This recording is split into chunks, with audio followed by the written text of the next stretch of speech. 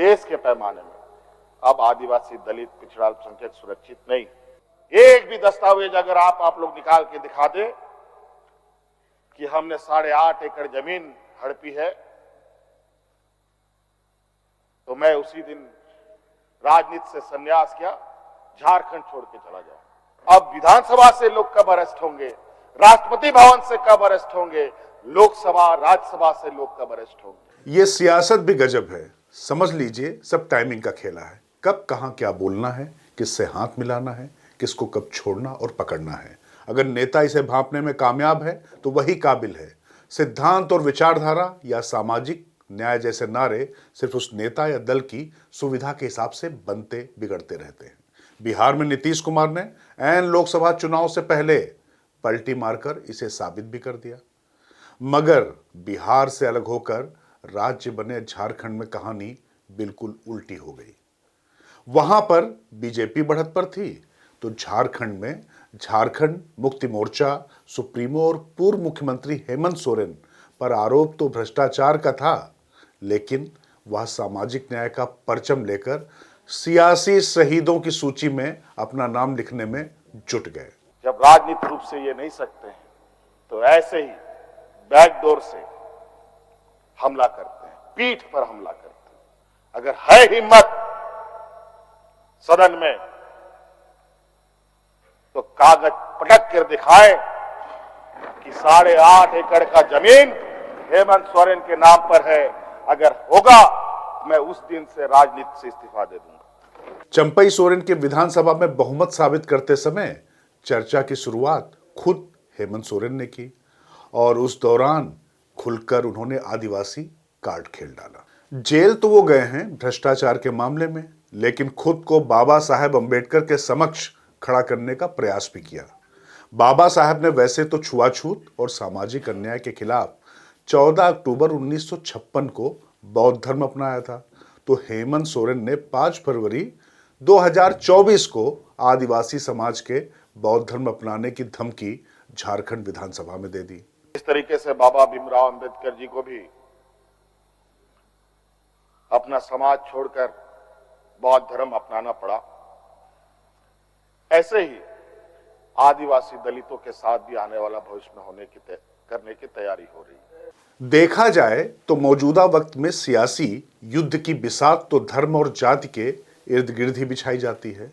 सभी राजनीतिक दल अपने अपने वोट बैंक को मजबूत करने के लिए मास्टर स्ट्रोक चलते हैं। सोशल इंजीनियरिंग का यह दांव आपको भारत के हर छोटे से छोटे और बड़े से बड़े चुनाव में देखने को मिलता है।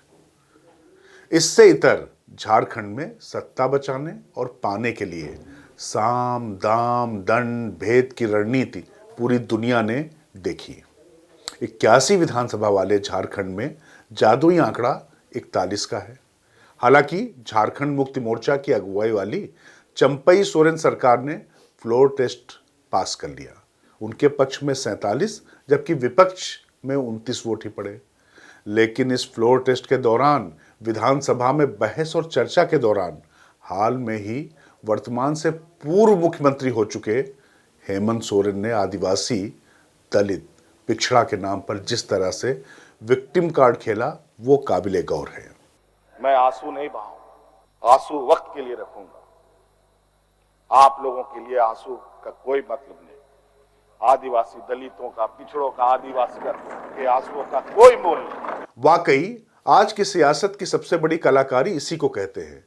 क्या अंदाज था, लगा आदिवासी, दलित और पिछड़ों का ऐसा रहनुमा पहले कोई हुआ ही नहीं। लगा कि अब रो देंगे और पूरे झारखंड को रुला देंगे। हेमंत ने अपने आदिवासी होने का कार्ड खुलकर खेला। भाजपा और राजभवन को एक आदिवासी को मुख्यमंत्री पद से हटाने की साजिश से जोड़ डाला। कहा जाए तो कथित जमीन घोटाले के आरोपों में ईडी की गिरफ्त और कुर्सी छीनने की टीस साफ साफ नजर आ रही थी। लाजमी है कि निशाने पर भाजपा थी, लेकिन हेमंत सोरेन के इस बयान के पीछे हाल ही में एक बड़े न्यूज चैनल के एक ख्यातिनाम एंकर की वो टिप्पणी भी थी, जिसमें उन्होंने हेमंत की गिरफ्तारी को लेकर कहा था कि इन्हें चार्टर प्लेन और सुविधा वाली जिंदगी जीने की आदत लग गई है।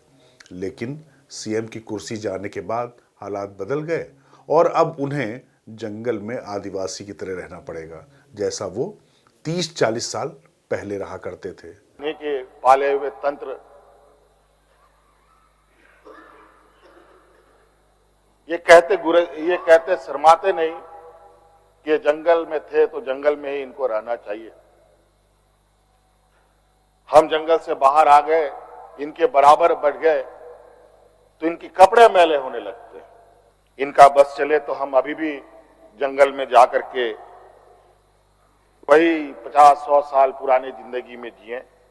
वैसे झारखंड आदिवासी बहुल राज्य है, लेकिन इसी को तो सियासत कहते हैं। तभी तो हेमंत बार बार आदिवासियों के साथ दलितों और पिछड़ों की भी वकालत करते रहे। आखिर यही वोट तो इन्हें सत्ता दिलाती है। लेकिन यहाँ सवाल ये कि जब उन्होंने कोई गुनाह नहीं किया तो फिर महीनों तक जांच से क्यों भागते रहे।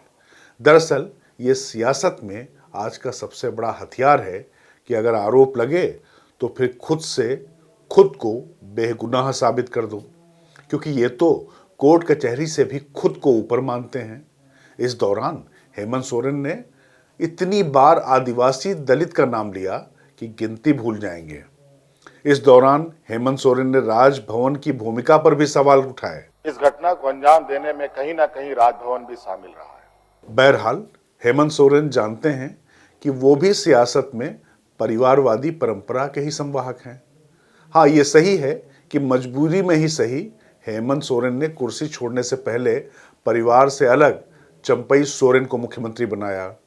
वो आज के समय में गिनती के उदाहरण हैं, क्योंकि पिछले कई दशकों में शायद ही किसी प्रादेशिक पार्टी ने अपने परिवार से अलग किसी और को कुर्सी सौंपी हो। बहुत पहले या शायद इकलौता ऐसा उदाहरण हुआ करता था जब शिवसेना के बाल ठाकरे अपने परिवार की बजाय बाहर के लोगों को मुख्यमंत्री बनाया करते थे, जो उनकी मृत्यु के बाद बदल गया।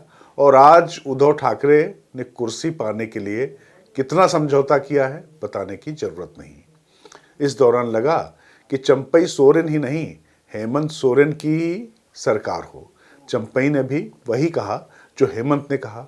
शायद इसलिए कहते हैं कि सत्ता की सियासत भी गजब है। सत्ता न हो तो सत्ता पाने की बेचैनी, और अगर सत्ता मिल गई तो उसे बरकरार रखने की चुनौती। अगर झारखंड में देखा जाए तो इन दिनों यही हो रहा है।